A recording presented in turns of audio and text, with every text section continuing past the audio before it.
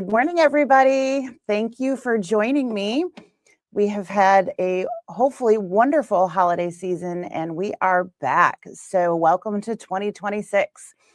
I have thrown a couple links up in the comments section there. So if you did not get the email or you didn't use the email and you wanted to click on any of those to see the different pieces that we have for reference and help right on our website, this is going to be posted, of course, to Facebook for about 30 days and then YouTube forever. So everything we talk about today will be accessible as well. And you can use that as a reference. Good morning, Miss Kathy. So I typed a message to Jane, but good morning to Jane, just in case you didn't see that. So there's a lot of information I just dumped in the comments, but she was on before we went live. So I said, hey, in the comments. So hello, Miss Cindy. So ScanNCut is one of my favorite topics. I use my ScanNCut all the time. I absolutely love it. I use it for lots and lots of things. I use it here at the shop to make signage and different things like that. Of course, for classes and things at home, I like to make shirts. I've actually made Leabu shirts with iron-on heat transfer vinyl and, made different things that I wear around. And you can just use it for just about anything. So there's so many options with the ScanNCut. A lot of people buy it specifically because I want to cut fabric, whether it's applique fabric, quilt squares, quilt pieces, those wonderful half square triangles. Good morning. Let's see, we have Miss Jen Pisky. I can never remember how to pronounce your last name. I'm so sorry. But good morning to you either way. So hello, Miss Trish. And I do have a class coming up. I looked at the calendar. I think I've got it scheduled. I cut the samples and everything last night. So I'm going to hopefully post that class available right after. Hello, Miss Pat. Oh my goodness. In North Carolina, and Miss D as well. So hello to everybody. Thank you for joining me. So I do have a class coming up. It will be a couple Thursdays from now. I think it's the 22nd, whatever that week is, the Thursday, I'm going to do the ScanNCut class. It will be available for in-store or online. That is always an option. And we are going to be using the rotary tool for the class. So I'll show you before we get out of here today what we're going to be working with so that you guys can see.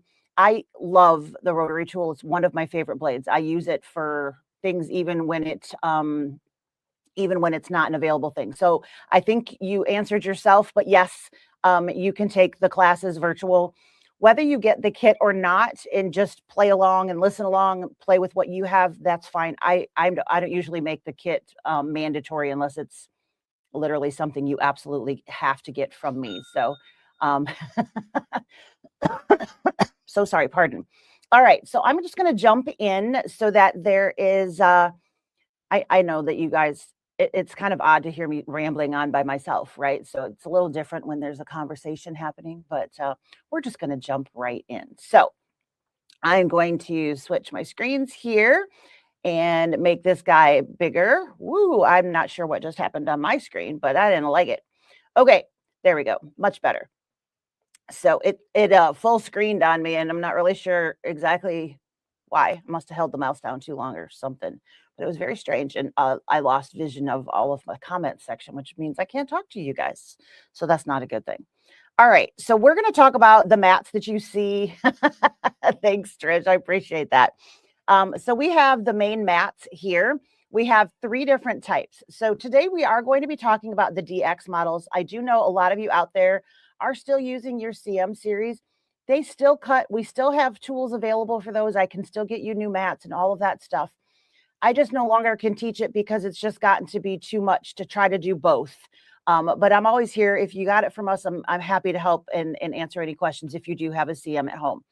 But these are what are available for the DX models. So I'm actually going to switch screens again so that that's even a little bit bigger. And who needs to see my face anyways? So what we have here are the 3 that are available. And depending upon what machine you got is going to depend on which one came with your machine. So we have the low tack mat and the standard mat. So those have been around for a little while. They did revamp them. So if you are out there and you're wondering, the mats are not interchangeable. So if you do switch from your CM to a DX, they are completely different. You can't put one mat into the other and vice versa. They are different. So the DX have these little code things on both the top and the bottom. And that is where the sensors use to see the depths of the product that you have on the map and how to set that blade. So the CM mats won't work in the DX because they don't have those, and these don't work in the CMs. So just a note of caution there. Don't try to use them interchangeably because you'll just run into some problems. So we have the standard mat. Standard mat is exactly what it sounds like. You're going to use that for the bulk of your items. Good morning, Miss Roseanne. And then the low tack mat is, again, just what it sounds like. It has a lower amount of stick to it. So if you are putting something down that needs to come off a little bit easier because, for instance, paper or something that's paper backed, you are generally going to use your low tack mat, because if you put that on a mat that's too sticky, half of your paper is going to stay on the mat. So we have the different mats here. And then this one here, this one was new for the DX. And this is called the fabric mat. This is actually the one that has the most amount of tack. It is super, super sticky. So for all of you people that had a CM series or maybe still do, you may have noticed sometimes it's really hard to cut fabric because fabric doesn't always stay on the mat very well. And if it shifts around, then unfortunately, you're not getting the shape or the triangle or whatever it is that you're looking for. So what this is super sticky, so it holds your fabric in place. This mat is intended for fabric, like it's called, fabric mat. It is not necessarily intended for fabric that is backed by anything. So this is a fabric only mat. So you can starch your fabric. You don't have to starch your fabric, whatever is your personal preference, or depending upon the project that you're doing, whether maybe you do or don't want starch on the fabric. But this one is going to be the super sticky mat. I'm going to move this out of the way for just a second. So they all come with the plastic piece, and you do want to keep that plastic piece because that's going to keep things from sticking to the mat when it's got a really nice grip. Things from sticking. So even just pieces of fabric or little fuzzies, that's going to help keep that clean and as ready for use as possible. One of the other things that I get asked quite a bit about mats is how do I clean them? So I'm going to do that. Actually, I'm going to do it twice because I have two mats that need to be cleaned so you can see that. Do I put iron-on stabilizer on the back? So fabric, if I'm cutting fabric with a fusible on the back, so I'm using it for probably an applique or something to that something like that, I put the fusible on the back. I do not use this mat. If you absolutely want to use this mat, you would need to flip it upside down and put the fabric side down, not the paper side down, and then you would have to mirror image and do other things to make that all work. So just keep that in mind. You can use this, but you probably wouldn't want necessarily the thin fabric blade, which I'm going to talk about blades in just a few minutes, but I want to talk about the mats just for another second.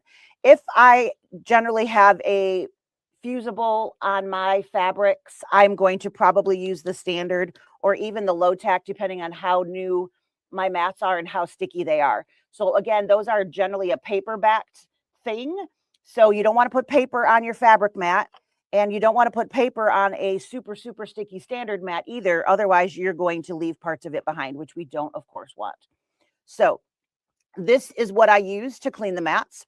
I learned this from one of our brother educators, Cindy Hogan. You guys may have heard of her or maybe even met her if you've come to our booth in Novi. She generally is there. This is LA's Totally Awesome. You can find this at the Dollar Tree. I've found it at Big Lots. You can order it on Amazon, but it's way more expensive. But it comes in here. It does have concentrate information on the side. Ignore that. We do not dilute it at all for this. I generally spray 4. If I have a super dirty mat, I can spray like a 5th dot in the middle. But you definitely need to have moisture on the mat. And then I just move that liquid around and it picks pieces up. I'm not scraping. If I scrape, I'm actually going to remove a lot of that adhesive, and we need the adhesive on there. We just want to get the gunk out of it. And so I will move my liquid around until I get to all of the spots on my mat. And again, I'm not scrubbing. I am using the Brother scraper. It's called a scraper, but please don't scrape. Just generally push everything around on the mat. The fabric mat, sometimes, especially if you've used red, it will hold the color there even if you get all the fuzz out. So you can see this is shaded pink a little bit, or maybe you can't, but I'll hold it up in a minute. It is a fairly strong cleaner, obviously, because it talks about diluting it and whatnot. So don't inhale like real strongly, because you're going to end up coughing like I just did. All right, so then I make a pile at the bottom, and I take my paper towel, just standard paper towel. We do have Bounty here at the store, but that doesn't really matter. And the first thing I do is I pick up my pile of gunk. So all of that was in my mat. And when you have too much in the mat, it keeps it from being able to grab hold. So if it's not sticky, then it won't be able to grab hold of your items. So I'm just going to now clean off the rest of my cleaner that I didn't get with that scraping tool.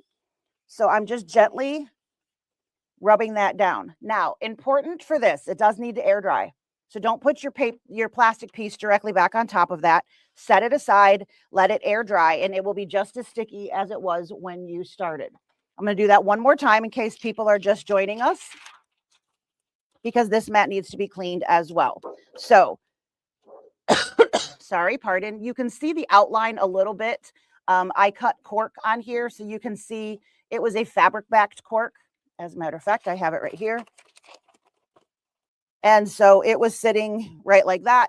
You can see the outline if you're looking closely of the edges. So when the blade goes through your fabrics, it's going to get the fuzzies and whatnot, and it does put that in there. A lot of people panic when they first start using this because their mat gets lines in it. That is 100% normal. You are supposed to get lines in it. If the blade doesn't reach the mat, unless you are using a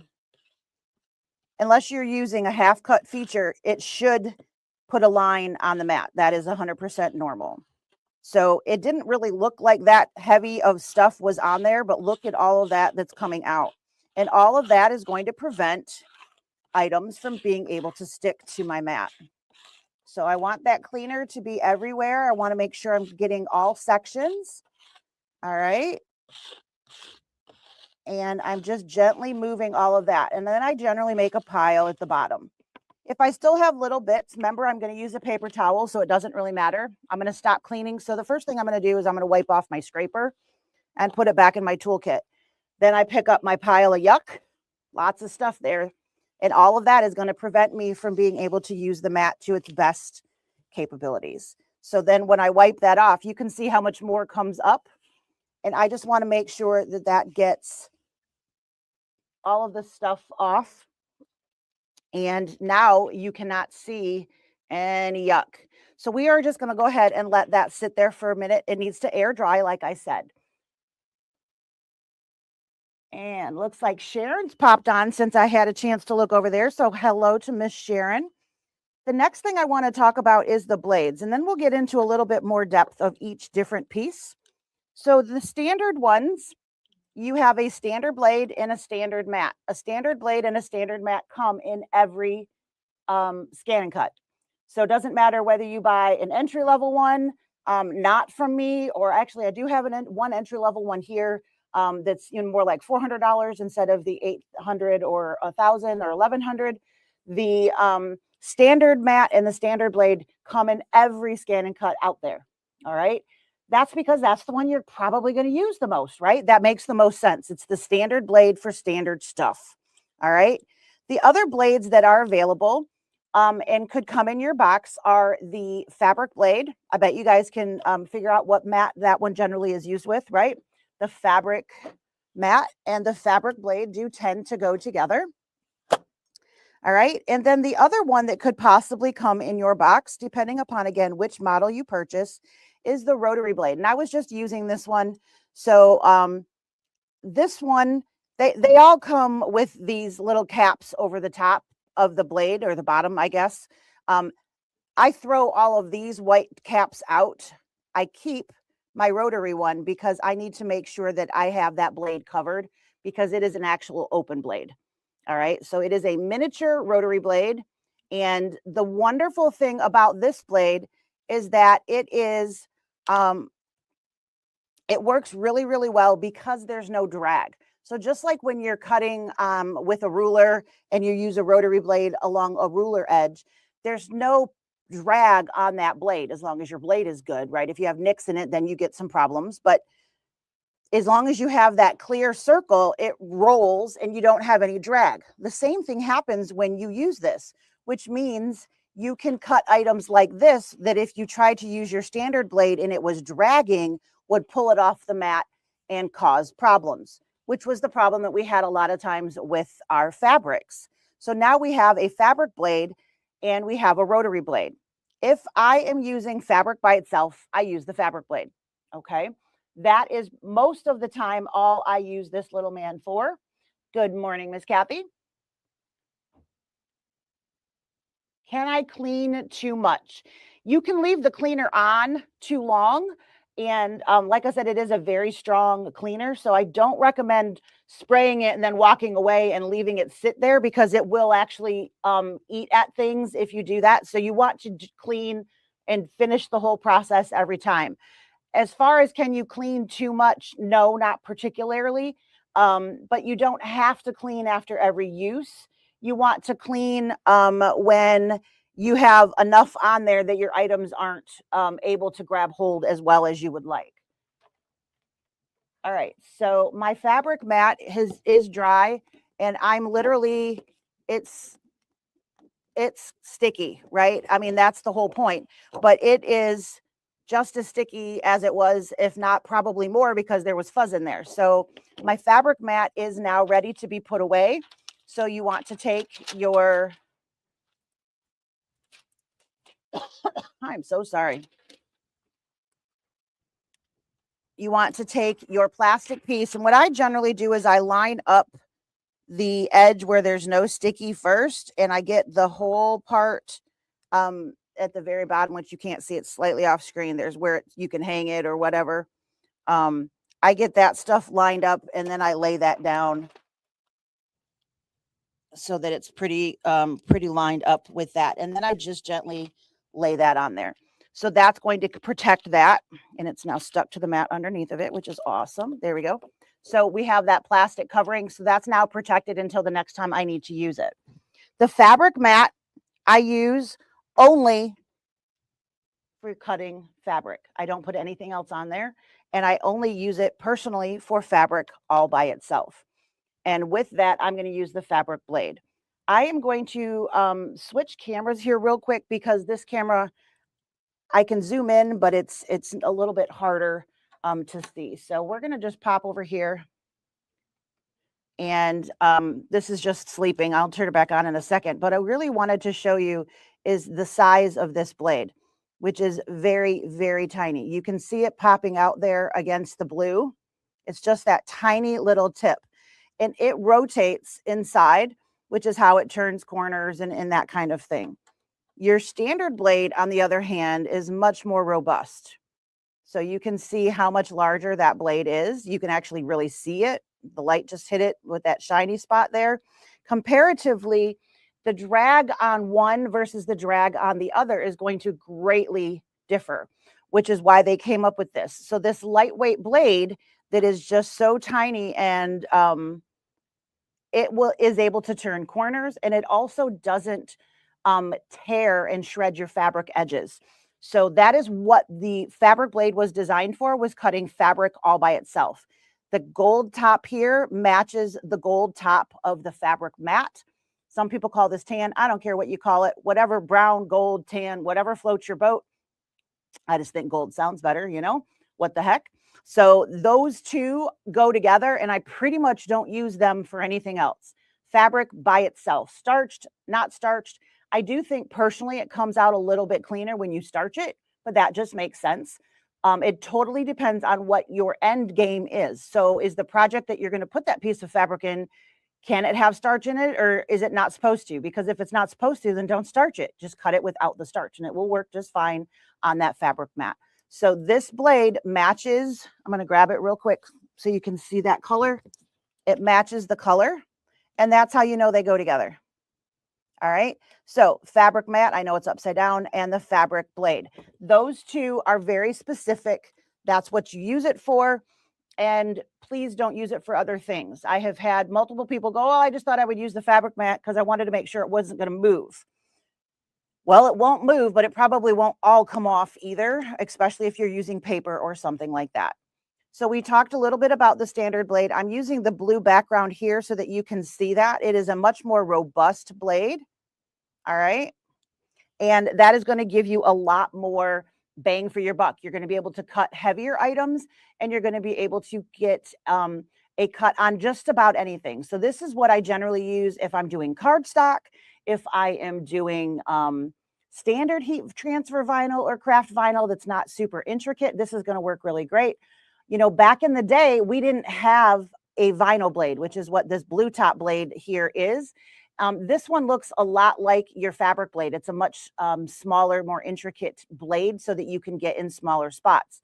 So if you picture tiny little points or tiny little circles that you need cut, this one, a lot of times, if you've been doing this for a while, the standard blade actually sometimes when it would cut a little circle, the blade would actually pull the circle out. So it would stick to, and then it would fall next to it on other items. So this blade allows you to cut really tiny circles and have it remain in position. Good morning, Miss Cindy.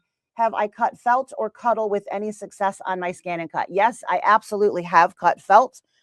Funny you should mention it. I actually have some felt samples right here. So these are all felt flowers.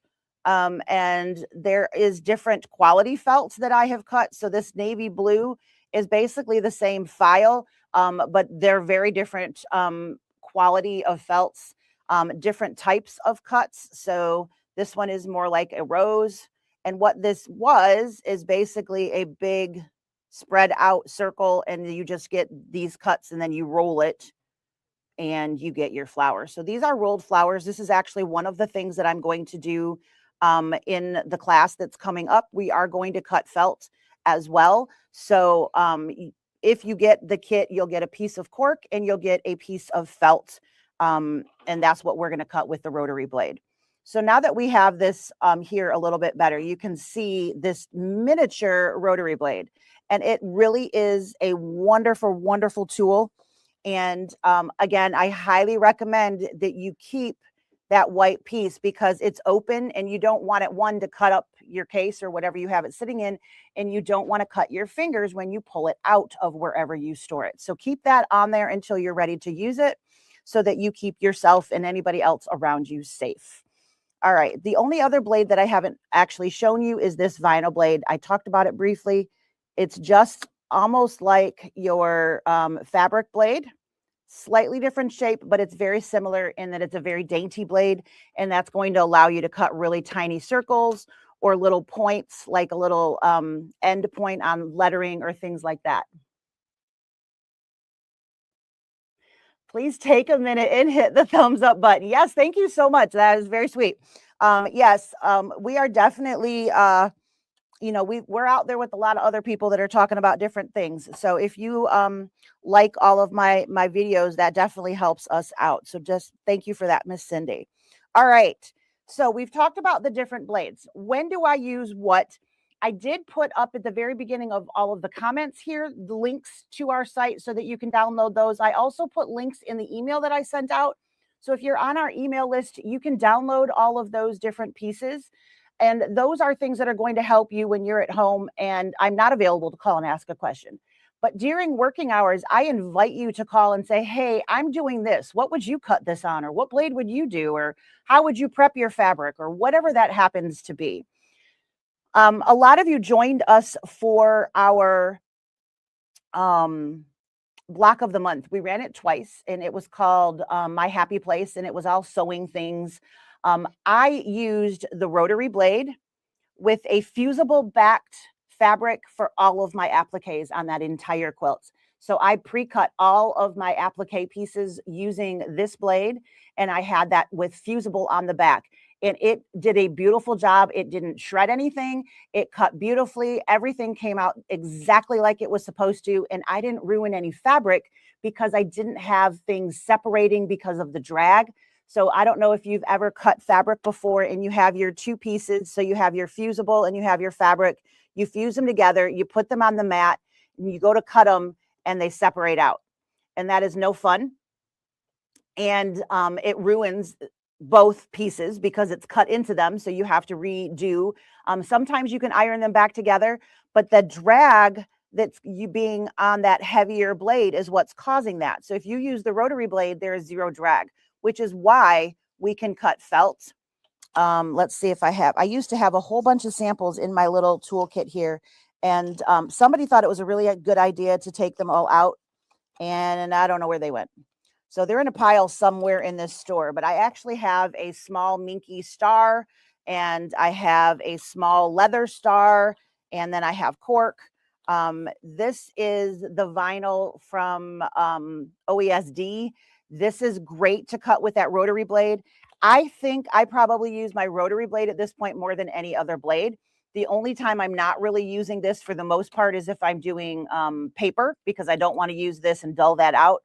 And I will use the standard blade for that in general. But for the most part, vinyls, I will use a different blade because I generally have fairly intricate things. So I'm going to generally use my vinyl blade because that's why I bought it.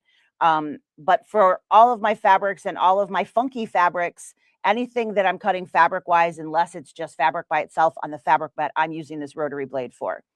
So depending upon, again, what machine you purchased, if you purchased this one here, which is the SDX 330, so 330, it came with the rotary blade and the standard blade.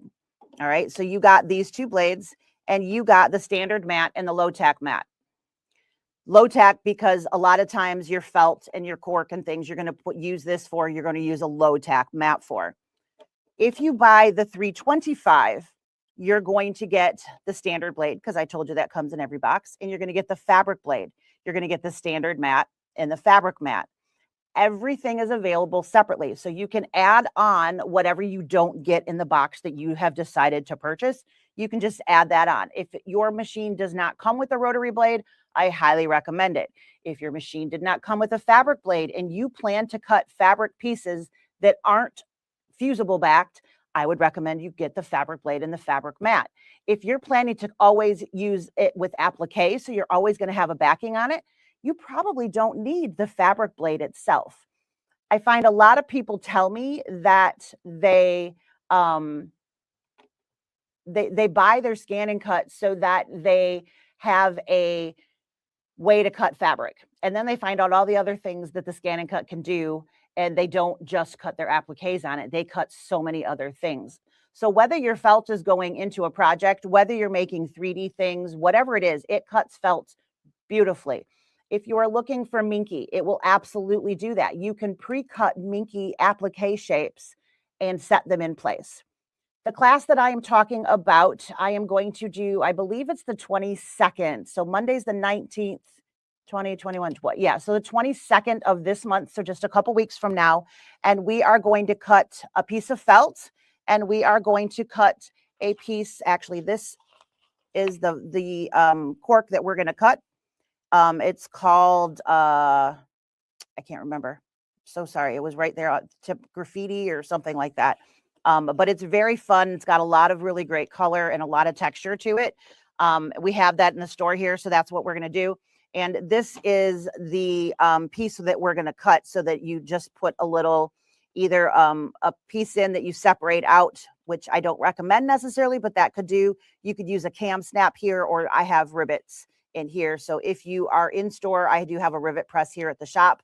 You could use rivets, but the cam snaps would also work really well here, or even there's a name for it. I'm sorry, I can't think of it. but it's like brass, they go in and then the pins open up. And you could use that as well. That would work. So whose felt is best? That is a really, really nice question that is very difficult to answer.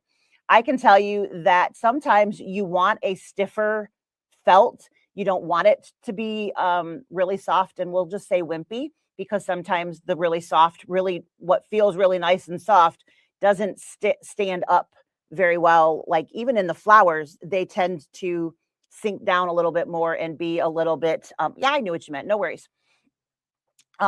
So felt, less expensive felts tend to be stiffer, not as soft. But if you are looking for something that has a little bit more body, then that would be the way to go.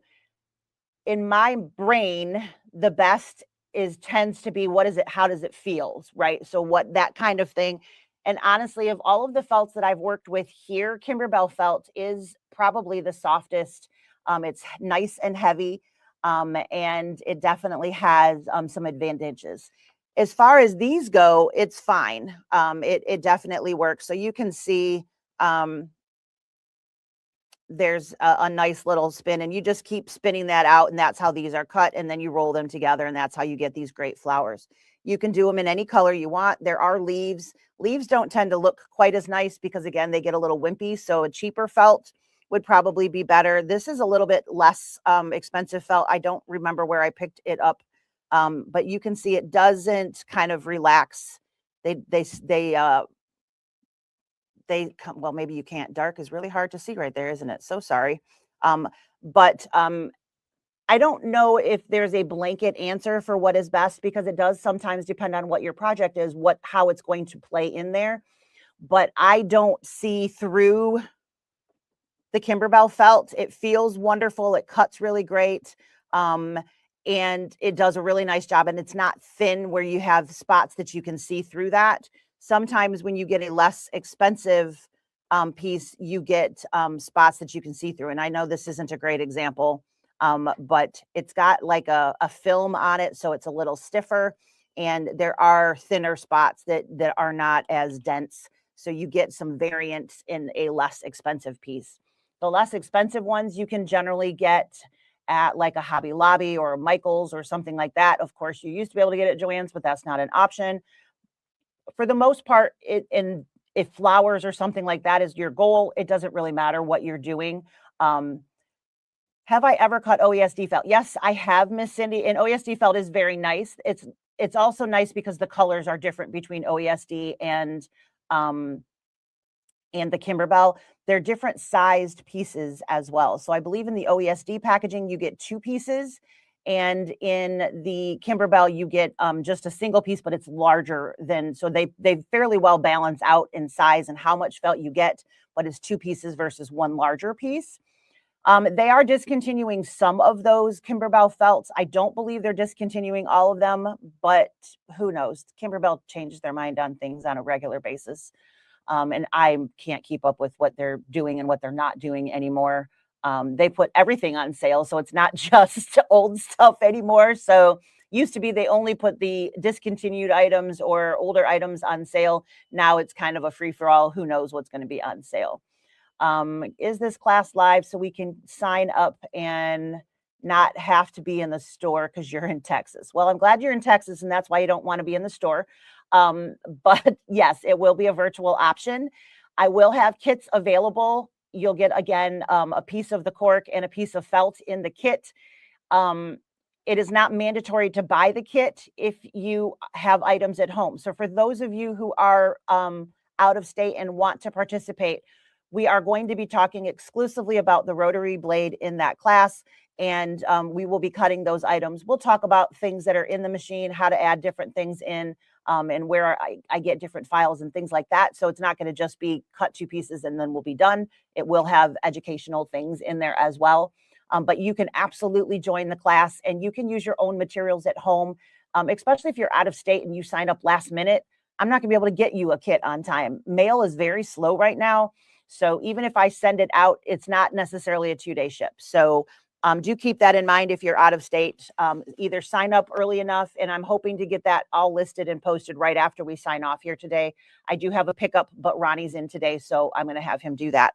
I have the piece cut now, so you can see exactly what that cork is going to look like, and then we'll put it together. It makes these cute little mini baskets. You can use these for like your sewing clips.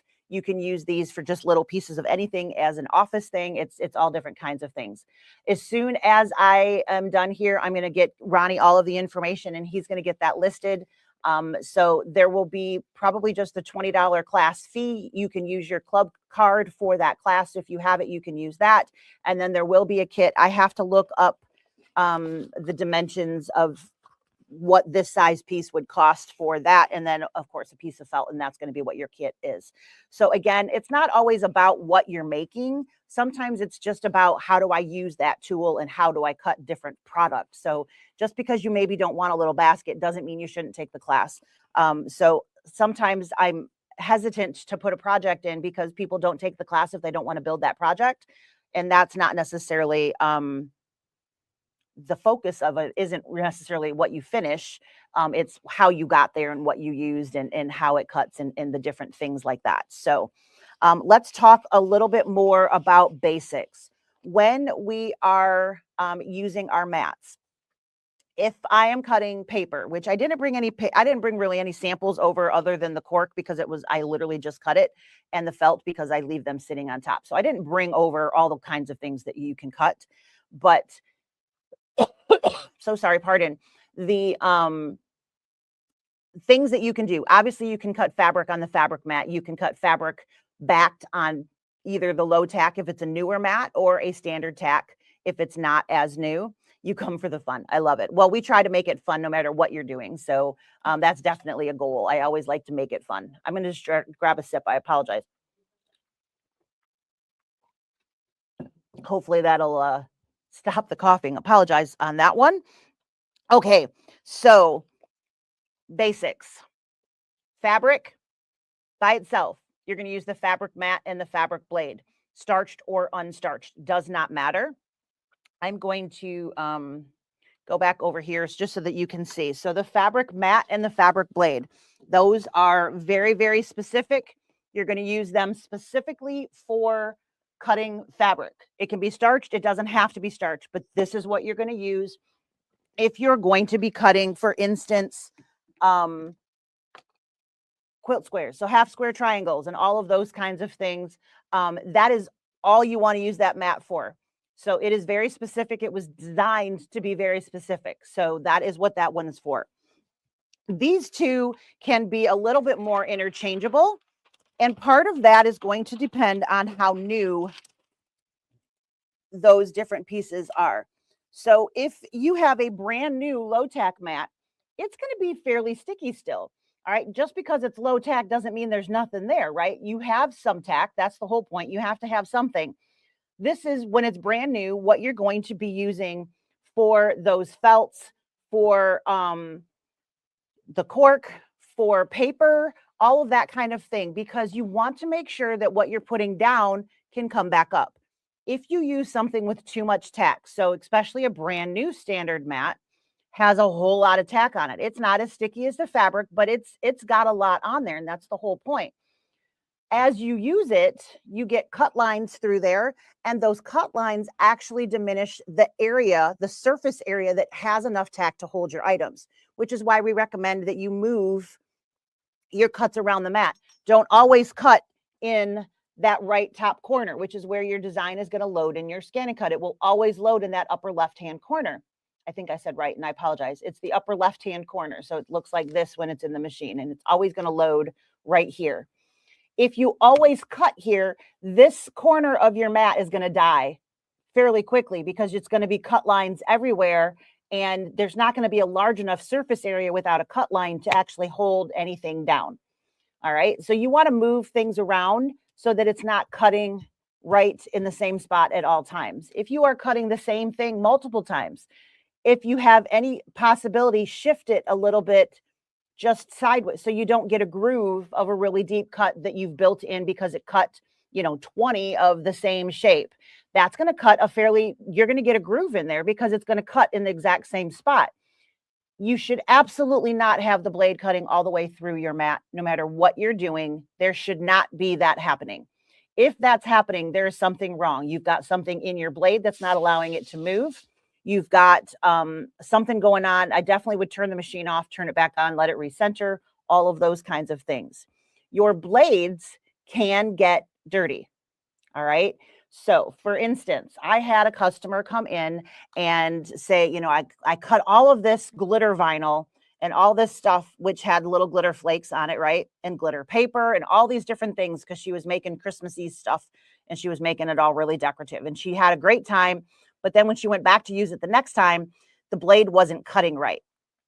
And so she wasn't getting any cut. It was saying that it was doing everything and it would cut, but there was nothing that was happening. And I was like, well, that's pretty weird. So I opened up her blade, which is how you change the blade, by the way. So let's talk about that as well while we're here. You're going to simply unscrew this part. There's a spring in there, so it'll pop up a little bit. This part comes off. So here's that spring. Occasionally that spring pops off down here and it comes off. If it does, just put it back in. No big deal. So here's my blade. All right. If I'm changing it, I'm going to very gently grab hold of it and pull it out. There's a magnet that's going to grab it back in and it's going to just sit right in there. I don't obviously want to come down and grab it this way. So I generally will turn it so that I am grabbing the flat side instead of the side that has the sharp. So I grab the flat side of the blade when I'm changing it. I pull that out. I put this in a safe place so that I'm not cutting anything in my trash. I take the new blade and I just drop it back in here, and then the magnet will grab hold and that will then stay in there. It doesn't fall out because there's a magnet. Sometimes there'll be glitter here. Sometimes there's glitter in here. What ended up happening this particular time is the housing here was completely filled with glitter. So the blade was not able to move. So I literally just went like that, whole bunch of crap dropped out of the blade. And then I cleaned it out. I got anything left in there. I actually took it back and blew a little bit of air in there to make sure I got everything out. So if your blade doesn't seem to be working right, check that. If you're cutting super fuzzy stuff like minky or something like that, it's very possible that that kind of thing could also come and put fuzzy in there and start blocking that if you do a whole lot of that. So cleaning out your blade housing is definitely something that you should also be doing. I tried to cut flex foam, but it wouldn't cut it. Any ideas why? I don't believe it's too thick. It probably just needed more passes. So we can cut up to a 3 millimeter of thickness with these machines. It's just a matter of putting that in there. So if it goes through, if it didn't go in and stop and tell you it wouldn't cut it, then it should go through it. So there's only the gap in there for everything to go through the machine. It will only cut a 3 millimeter of thickness. There is I'm going to switch the machine around here real quick. Boop, there is a lever right here, and this is level 1, and this is level 2. If you have it down on level 1, it probably would not cut. So you want to make sure that your what this actually is doing, you have a scanner bar that sits in the middle of the machine. And when you scan, it would not go through the machine. So it might be too thick, but I feel like I've cut that particular product before. Make sure that this is up. It should have asked you to raise this if it wasn't up, because it usually will stop and say, raise the scanner bar. I'd have to try it myself. I have not cut that particular product, but if it wouldn't go through the machine, it means it was too tall. One other thing that you could possibly do, and maybe you had a corner that was tipped up a little bit that was hitting and telling it that it was too thick. If you tape down your corners so that that doesn't happen, or your edges, then that will sometimes allow you to cut something that it thought was too tall because the edges were poked up a little bit. So without having a specific conversation with you, Cindy, as to exactly, had you had the corners taped, where was your scanner bar, all of those things. I feel like that's not more than 3 millimeters thick. So it should have cut it. It probably had a spot somewhere. I reused my tape. You can see I have it sitting here. So I tape down my edges and try that and see if that allows it to slide through. It's probably one of the corners popped up or something, as it was going through and it said, nope, too thick, can't do that. That would be my stab in the dark without actually having any more information. So yeah, give that a go and make sure that bar is up. Again, it should ask you to do that. So I didn't quite finish explaining this. The scanner bar sits there, and you want the scan to be as close to whatever it's scanning as possible so that you don't get shadows. If you have the scanner bar up here and you scan something, you can get shadows more when what comes up on the screen. So if you are not aware, there is a scanner in these machines. That's why it's called ScanNCut, and it will scan either what you have on the mat and put it on screen so that you can see where your pieces of fabric are and make sure your cut lines are matching with that. Or it will take a picture, so it will create an image from an image. It will create those cut files. But if your scanner bar is farther away, you're going to not get as clean of a scan, which is why we can move it. So if we're not cutting anything thick, we want that down so that the scanner bar is farther down and we're getting the best scan. If we have thicker product, when that goes through, it's going to hit and it will stop and say, please raise the scanner bar. That's all that means, is raise that up to number 2. And then you hit go and it should go through. So what that is doing is when we have thicker product, it's keeping that scanner just right, hovering over our product. In general, you should have that at number 1 unless you're doing thicker products. All right. So hopefully that answered a lot of those questions. Rotary blade I use for almost everything. I don't generally cut vinyls with this, and I don't generally cut paper with this. Other than that, I think this one's fair game for just about anything. Standard blade. It's standard. It's kind of like your universal sewing needle. It is good for a lot of things, and you can make it work for a lot of things, which is why it comes in every machine. It's kind of like that universal blade. It will cut paper. It will cut fabric, but I don't necessarily recommend this one if you have access to the rotary blade. If you don't have access to the rotary blade, I would slow your speed down so it's not dragging any faster than it has to. And I would also make sure that that fusible is very well fused. One thing that I have put on my ScanNCut and never gotten to work, separates every time no matter what blade that I use. If I put Easy Tee on the back of fabric and then I put the Easy Tee on the mat, it separates every time. No matter, and it's got a good fuse. It doesn't matter. For whatever reason, I can't seem to get that particular piece to work. I don't normally do applique with Easy Tee, so that's not a problem for me in the big picture, but there was some instance, and it was to do with that My Happy Place, that I was trying to do that, and it just did not work at all. So that is the only thing that I have ever found is totally don't do that. But the universal standard blade really does work for just about everything. Vinyls, papers, fabric, not for felts and things like that. There's a reason the rotary blade was created. This drags on felt. I would not recommend this for those heavier, thicker items. That's why the rotary blade was created. So if you don't have the rotary blade and you want to cut those thicker items, I do definitely recommend that you get the rotary blade.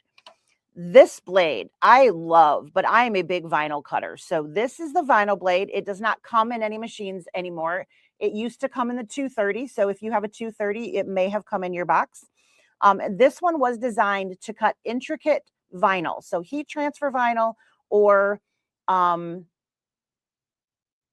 even the craft vinyl, same things. If it's an intricate cut, small circles, like little tiny circles or things that have a really sharp point that you need it to go into that point and come back out and not shred up and pull up that corner, that's what this blade was designed for. And we already talked about the fabric blade. Your mats, the low tack and the low tack, which is the teal, and the standard, which is the purple, they are not interchangeable until they're very well loved. Once they're very well loved, you can get away with putting more things on your standard mat because it's not going to be as sticky as it was when it was brand new. It's going to have fuzz that's still stuck in things. It's going to have cut lines. It's going to lower the amount of tack. So as your blades get older, you'll need to replace them after a certain point. I don't replace it the first time things don't work. I increase my pressure.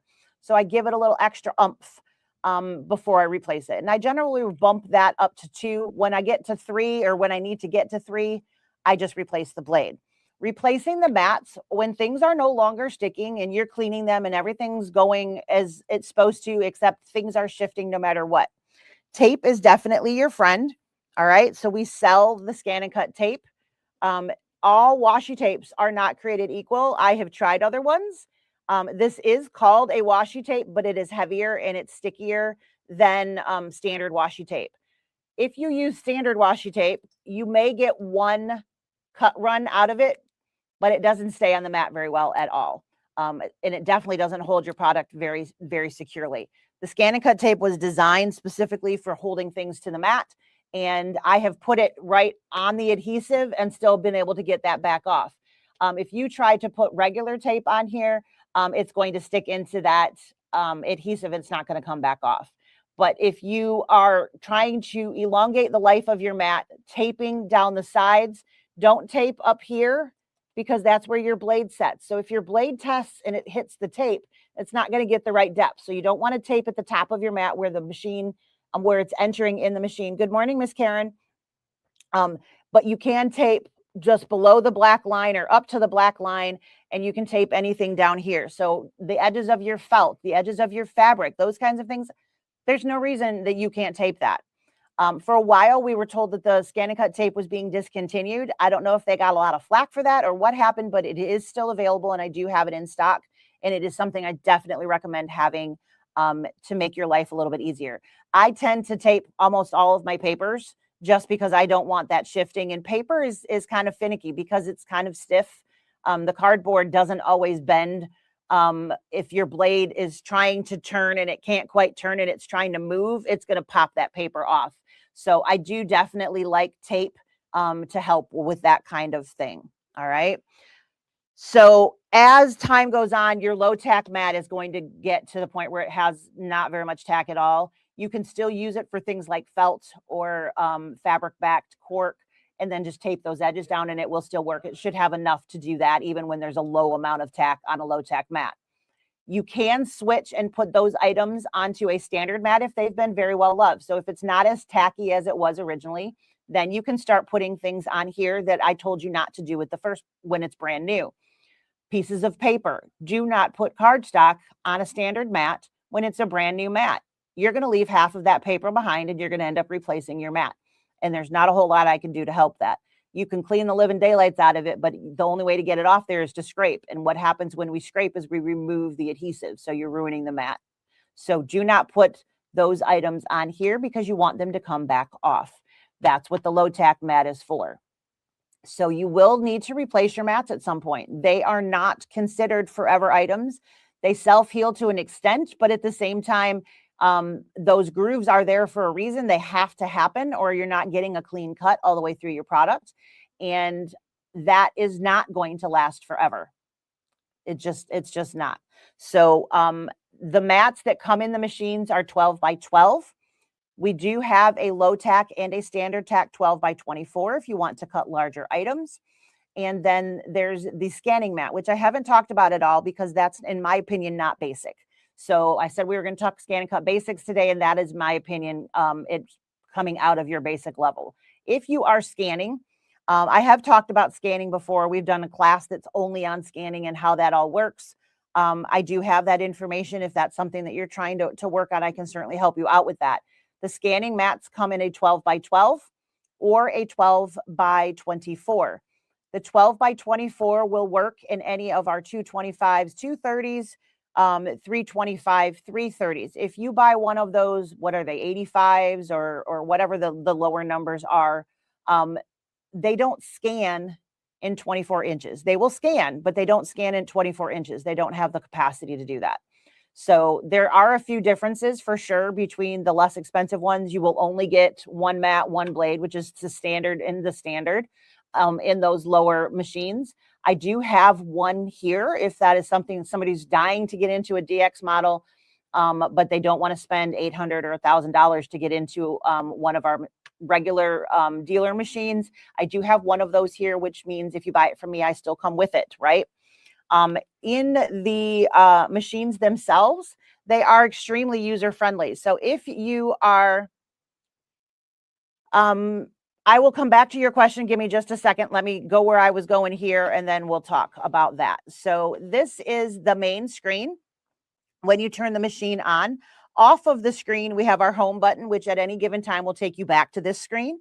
We have our mat loading button, and we have a pause button. A lot of people don't realize you can actually stop the cutting just by tapping that pause button. So if it's in the middle of a cut and you're like, oh no, something's moved, you can pause it, maybe fix whatever's going on, or you see something about to move, or you want to add tape because it cut something that you think is going to move later on or whatever. You can hit pause. It will pause. You can do whatever it is that you wanted to do, and then it'll go back to where it was. So that is a very important button. A lot of people don't realize is even there. On this screen, when you hit the wrench, you get all of the settings. So there are pages upon pages of settings, your network settings, your blade settings, everything is accessible on the home page. When you get into another page, and you choose we're just going to choose a basic design here. So you have that. You have size options. You can change sizes here. Like I said, it's always going to load in that upper left-hand corner. You need to get in the habit of moving it around your mat so that it's not always cutting in that upper left-hand corner, because you're going to end up wearing that corner of the mat out. And then when you have a larger item that takes up more and you do use this, it might not cut the same here as it does over here because of those grooves. It might have some other issues over here. So make sure that you're moving that pattern around and you have some other cut spaces being used, okay? So when you bring in your design, and now I still have that wrench. On one of these pages, I only have access to the settings that are relevant to what's on the page at the time, whatever page that I'm working on. So I don't get the whole access to everything. I only can change what's relevant to what I'm doing right here. So in this instance, I can change to a 12 by 24. I can change my pattern interval, and I can change my background. This is for scanning. I like the middle one here that's going to be faded out a little bit. This one I pretty much only use if I'm cutting white. So if I have white paper or white vinyl and I'm scanning, I'll use this one because I need to see the edges. So I almost get like a shadow, where this one I can still see my cut lines through even if I have a dark item on screen. So the middle one there is my favorite. Those are only settings that I can change on this page, and that's okay. I don't need to change anything that's not relevant. If I go into add, that brings me back to where do I want to get my pattern from. This is going to be off my USB or some of my wireless, and this is going to take me back to that home page. If I don't want to actually do that and I can go back to my mat very simply, and this is my workspace. So add is just like on your embroidery machines. You can add and have multiple things on the screen at the same time. In the edit menu, the first thing it comes to is kind of like a positioning page. We can move items, we can group items, and we can get rid of items on the page. Again, we have settings, not a whole lot of options here. We only have the cut in the background, which is okay. I can, like I said, throw things away. I can zoom in, and it's going to come in and zoom in on my mat so I can see things a little bit clearer. So in here, I can actually also increase the amount of my zoom, and I have move arrows to move my item that I have up here on the screen. I can actually shift it here, or I can touch and move it as well. So if I'm trying to make sure something's not overlapping, or I've scanned my mat and I can see, I want to make sure it's on the fabric or on the paper, I can do that right here very easily. So I can zoom in. So that's my zoom. Object edit comes into my actual editing tools. These are very similar to your embroidery machines. We can resize. We can add, so we can duplicate an item. How many of them do I want? Unlike the duplicate, we actually can say I want 4 of them or something like that, and it'll throw 4 on the screen. I can rotate. I've got a nice set of rotation here. So if I'm trying to fit multiple things on the screen, or I'm trying to nook and cranny things, I can angle one item and scooch it into something else. I also have the ability to add a seam allowance. If I turn that seam allowance on and I have a 1/4 inch, it will add a 1/4 inch all the way around the outside of whatever it is that I'm working on. So if I look at that real close, the black line, which is my actual design, is inside now the red box. The red box has grown by a 1/2 inch because it's a 1/4 inch on each side of my design. So there's definitely a lot of powerful tools in here that you can add, and you can also mirror image. So if we have the product on the mat that is heat transfer vinyl, and we're trying to do a t-shirt, we're going to want to mirror image that. So if we had software, we could have done it there, but if not, we can bring that in here and then we mirror image it so that when you actually iron it on, it's readable. You don't want to have to carry a mirror around so that everybody can read your shirt, right? That's not very fun. If you accidentally turned on your seam allowance, you can turn that off just as easily, and then that goes away. So it's no big deal. And you can also change the width of that seam allowance. So if you're doing sewing for clothing or bags or something like that, that you wanted to add that seam allowance, you can do a 5/8 seam allowance. So you can change how big that seam allowance is, and it works really well. If you actually choose something from the quilt menu, it automatically adds the 1/4 inch seam allowance for you in that quilting menu. So when you pick out what sizes, it adds that automatically. It does that quilt math for you, which I really like. These other ones we're not going to use very often. So again, that's not basic. So I'm going to just get out of there. This button here is grouping. It's very important if you have multiple items on the screen and you want something to happen to all of them, that you group it. That's going to be how you do that. So your editing tools are super. What we have on the home screen, we have built-in shapes, built-in decorative shapes. The 330 has Disney, the 325 does not. So to speak to your question, is the 330 better than the 325?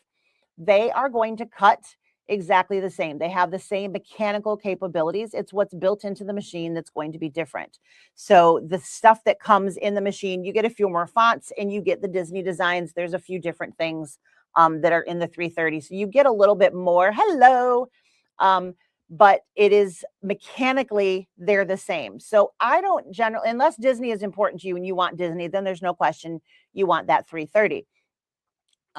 If Disney is not relevant for you, then what you want to do is look at what comes in the box. So what blades are going to be the most important to you? So if you wanted to get the rotary blade, but Disney's not important to you, you could get the 325 and you could add the rotary blade and the low tack mat, and it's less money than buying the 330. So you can definitely decide what pieces that you want, and I will help you do that. I mean, I'm not going to sell you the 330 just because it's more expensive. It's not the right machine for you. We're going to get you the 325. So you never have to worry about me pushing you into the wrong machine. It's literally a matter of what do you want to cut, and we're going to figure that out for you. So in our built-ins, we have quite a bit. You've got some drawing tools. You have some different lettering. I told you about that quilt menu. There are so many different quilt squares that are built into this that you can do, and you tell it, you know, I want to do this, and I want my finished square to be 9 inches, or maybe I want my finished square to be 10 inches. All right. So I tell it that, and I hit OK. And then it tells me what shapes that I need for each different color and what angles and all of that. And I choose that, and it actually gives me the size that I need, and it includes that seam allowance, and I need 4 of them. It puts all 4 on the screen and nice and tight to one another, so I'm not wasting any more fabric. So the quilt menu in here is a wonderful tool. A lot of people don't realize how much is actually built into these machines. You've got some decorative things here, as well as some decorative lettering, and there's just a ton. These are bigger files, so if you're using like the roller, I'm blanking on the name of the roller, I apologize. But there are just so many different menus. These are all menus. You can build boxes. We talked about the rolled flowers. Here's the rolled flower file. It's built right in, so it's right at the machine. I'm not sure why you can't hear me. Is everybody else okay? Everything looks good on my end. I apologize. I'm about to sign off anyways, so hopefully you guys can hear me. And okay, weird. I'm not really sure exactly what's going on. So hopefully it's good morning, Ms. Jan. So this is, of course, going to be posted. Everything that we talked about today, you can check in with which blades are what. There's the attachments on this conversation link, and there's also attachments that are listed. You could just go to our website, which is leabusewingcenter.com, and type in ScanNCut and see all the different things. And those are also just listed there. So the website is coming up right now. There it is. Shop with us at right below me, LeabuSewingCenter.com. You can always give me a call and I'm happy to send you things as well. I don't know what's going on. That's really weird because it appears it's fine in some places and not fine in others. So I apologize if that's happening. Hopefully the recording will be good. And I hope you guys enjoyed this. There's a lot of information. I could probably talk even ScanNCut basics for like 4 hours. So I have run ScanNCut basic classes where I give you a piece of paper, craft vinyl, heat transfer vinyl, and some fabric, and we cut everything so you can see the differences and what blades to use and what mats to use. It's just a matter of what is going to be the best thing for whatever you're doing. I am always available if you have questions on how should I cut this or what should I cut with this. Please feel free to shoot me a message and ask a question or give us a call. Mondays, we're here until 7, Tuesday through Friday from 10 till 5, and Saturdays from 10 till 3. I'm happy to answer all of those questions. Like I said, ScanNCut is one of my favorite things. I believe my class date is going to be January 22nd. I'm going to get that listed here. And you guys can join us. We are going to talk specifically rotary blade and things that you can cut with that and how those things work. So that will be 5 p.m. on the 22nd. It will be basically at close. I invite all of you to join me here in store. We've got our classroom set back up after Novi. Everything's all back in place and the power cords are all there and all that good jazz. So I'd love to see you, but you are very welcome to join me virtually if you are out of state.